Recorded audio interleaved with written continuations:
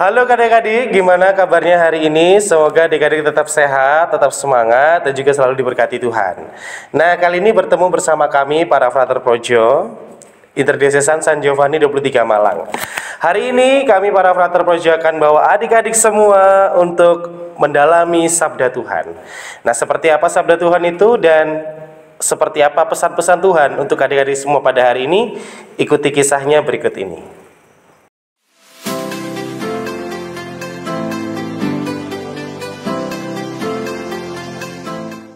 Halo, selamat pagi adik-adik yang tercinta. Mari sebelum kita memulai kegiatan Bina Iman kita berdoa terlebih dahulu. Kita siapkan hati untuk berdoa. Kita hening sejenak untuk menyiapkan batin kita. Mari kita berdoa dalam nama Bapa dan Putra dan Roh Kudus. Amin. Bapa di surga, kami bersyukur dan berterima kasih atas segala kebaikan dan kesehatan yang boleh kami terima daripadamu hingga hari ini. Bapa, kini kami berkumpul bersama adik-adik kami yang terkasih untuk melakukan segala rangkaian kegiatan Bina Iman untuk adik-adik kami. Sudilah kiranya Engkau memberkati, menampingi kami dalam acara ini agar berjalan dengan baik. Semua doa ini ya Bapa, kami haturkan kepadamu melalui perantaran putramu Tuhan kami Yesus Kristus yang hidup bersama dengan Engkau dalam persekutuan Roh Kudus kini dan sepanjang segala abad. Amin. Dalam nama Bapa dan Putra dan Roh Kudus. Amin.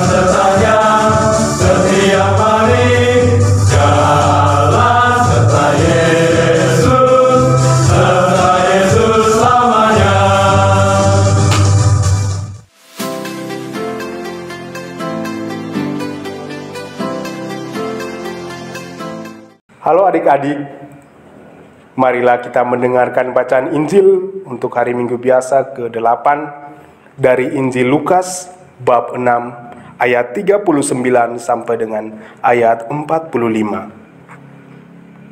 Yesus mengatakan pula suatu perumpamaan kepada mereka. Dapatkah orang buta menuntun orang buta? Bukankah keduanya akan jatuh ke dalam lubang? Seorang murid tidak lebih daripada gurunya, tetapi barang siapa yang telah tamat pelajarannya akan sama dengan gurunya. Mengapakah engkau melihat selumbar di dalam mata saudaramu, sedangkan balok di dalam matamu sendiri tidak engkau ketahui? Bagaimanakah engkau dapat berkata kepada saudaramu, "Saudara, biarlah aku mengeluarkan selumbar yang ada di dalam matamu," padahal balok yang ada di dalam matamu tidak engkau lihat. Hai orang munafik, keluarkanlah dahulu balok dari matamu, maka engkau akan melihat dengan jelas untuk mengeluarkan selumbar itu dari mata saudaramu.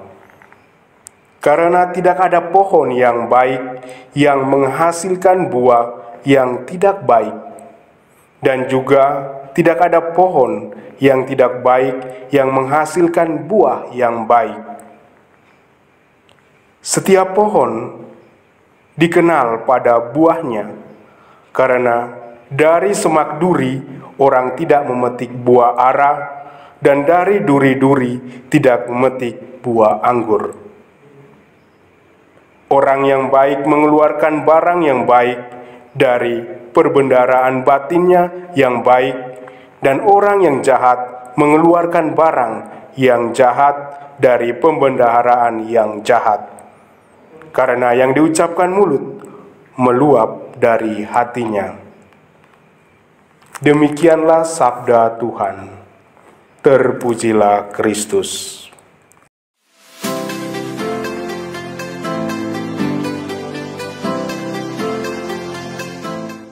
Adik-adik yang terkasih dalam Kristus, tadi kita sudah mendengarkan bacaan Injil. Sekarang Frater mengajak adik-adik untuk merenungkan bacaan Injil ini. Coba adik-adik membayangkan adik-adik menutup mata. Ketika adik-adik menutup mata, akan gelap, pandangannya gelap. Sehingga Yesus mempunyai umpama, orang buta menuntun orang buta akan masuk ke dalam lubang. Ini mau mengandaikan kepada adik-adik dan frater bahwa kalau kita buta atau tutup mata tidak akan melihat apa-apa. Kita akan gelap, tidak tahu sesuatu. Dan Tuhan Yesus mengajak kita untuk berpegang pada Tuhan Yesus. Apabila Tuhan Yesus adalah penghuni kerajaan surga, kita akan pergi ke kerajaan surga, tentu kita harus dituntun oleh Tuhan Yesus. Dan bagaimana adik-adik bisa berpegang teguh kepada Tuhan Yesus atau memegang Tuhan Yesus yang tidak buta? Yaitu kita berdoa. Kita rajin berdoa, kita selalu mendekatkan diri dengan Tuhan Yesus, pasti adik-adik dituntun oleh Tuhan Yesus dan sampai kepada kerajaan surga yang dijanjikan oleh Tuhan Yesus. Dan dalam bacaan Injil juga mengatakan, tidak ada pohon yang baik menghasilkan buah yang tidak baik. Ketika adik-adik mendekatkan diri selalu kepada Tuhan Yesus dengan berdoa, dengan berbuat baik, berarti adik-adik ada pada pohon yang baik, pohon yang menghasilkan buah. Tuhan Yesus adalah pohon dan adik-adik adalah buah yang dalam pohon bersama Tuhan Yesus. Jadi adik-adik bayangkan saja, Tuhan Yesus adalah pohon dan menghasilkan buah yang baik. Karena Tuhan Yesus orangnya baik, suka membantu, suka merawat.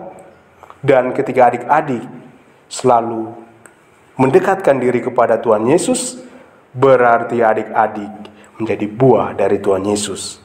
Sehingga buah dari Tuhan Yesus adalah baik. Ketika adik-adik selalu mendekatkan diri dengan Tuhan.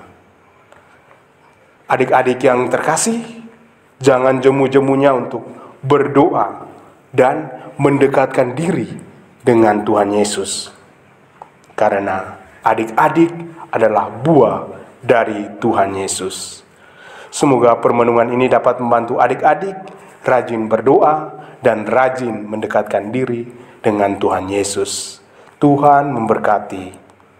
Amin.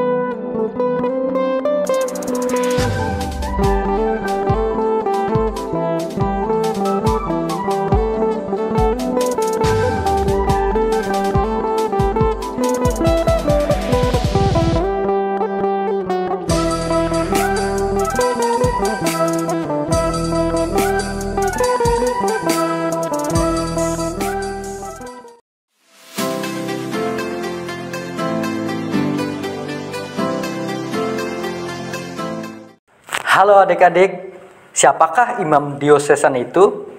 Nah, Frater akan memperkenalkan siapakah imam diosesan dan siapa dia.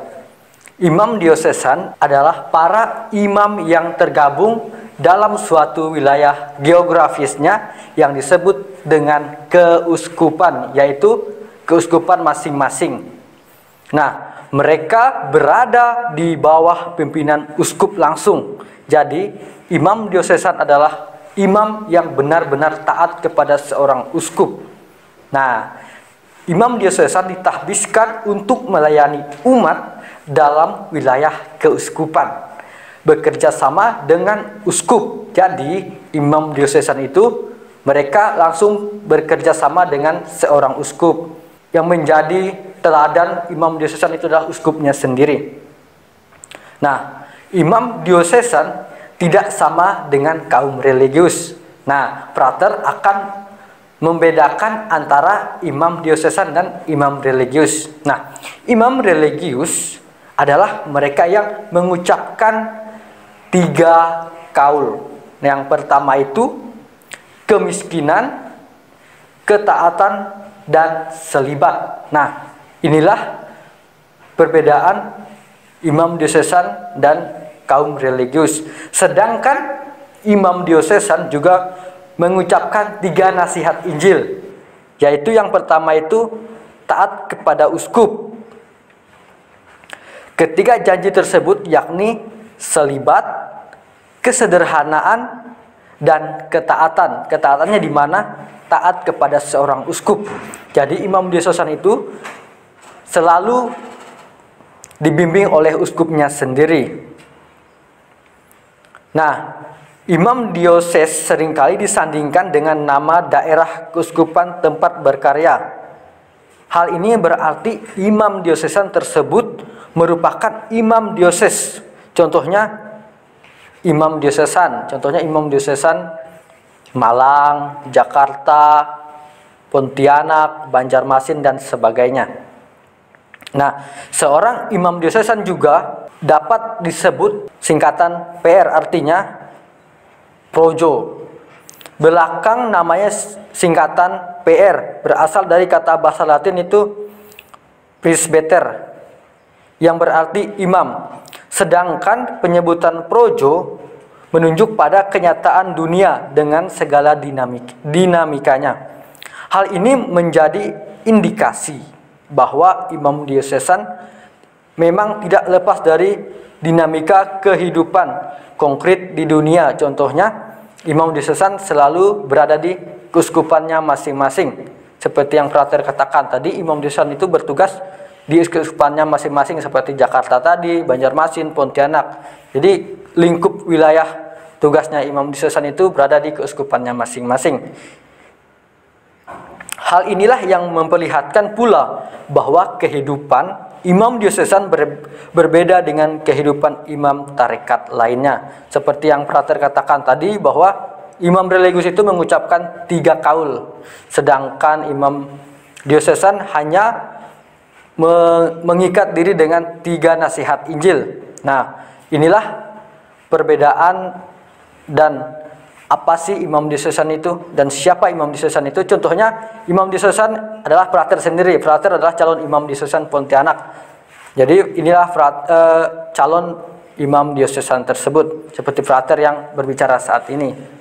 Nah, adik-adikku yang terkasih, inilah perkenalan singkat mengenai imam diosesan. Siapakah imam diosesan itu? Imam yang bertugas di keuskupannya masing-masing. Imam diosesan itu langsung bersama uskup tugasnya, tidak ada yang lainnya. Itulah imam diosesan adik-adik.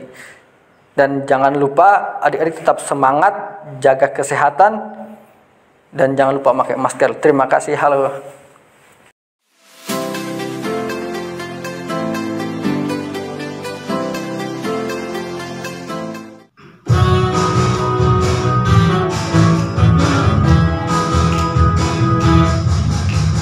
Dengar dia panggil nama saya, dengar dia panggil namamu, dengar dia panggil nama saya, juga dia panggil namamu.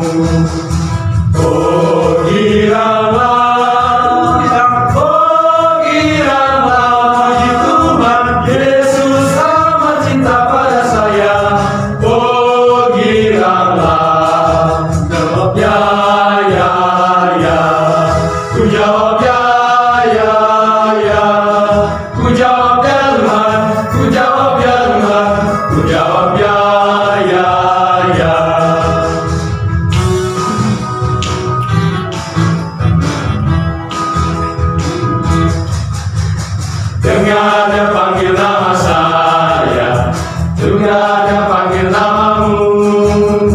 Dengar dia panggil nama saya, juga dia panggil namamu. Oh giranglah, haleluya, oh giranglah, Yesus amat cinta pada saya. Oh giranglah, jawab ya, ya, ya, ku jawab ya, ya, ya, ku jawab ya Tuhan, ku jawab ya Tuhan, ku jawab ya, ya, ya.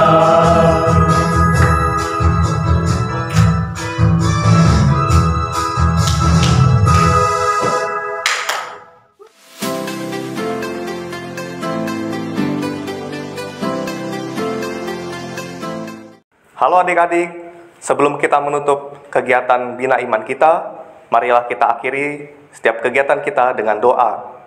Marilah kita berdoa dalam nama Bapa dan Putra dan Roh Kudus. Amin.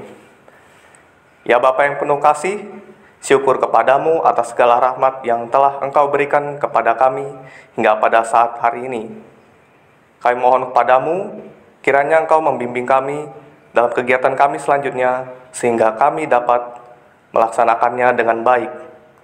Namamu kami puji kini dan sepanjang masa. Amin. Dalam nama Bapa dan Putra dan Roh Kudus. Amin. Tuhan bersamamu dan bersama rohmu. Semoga adik-adik sekalian sebelum hidup karya perjuangan pelayanan studi senantiasa diberkati oleh Allah yang Maha Kuasa, Bapa, Putra, dan Roh Kudus. Amin.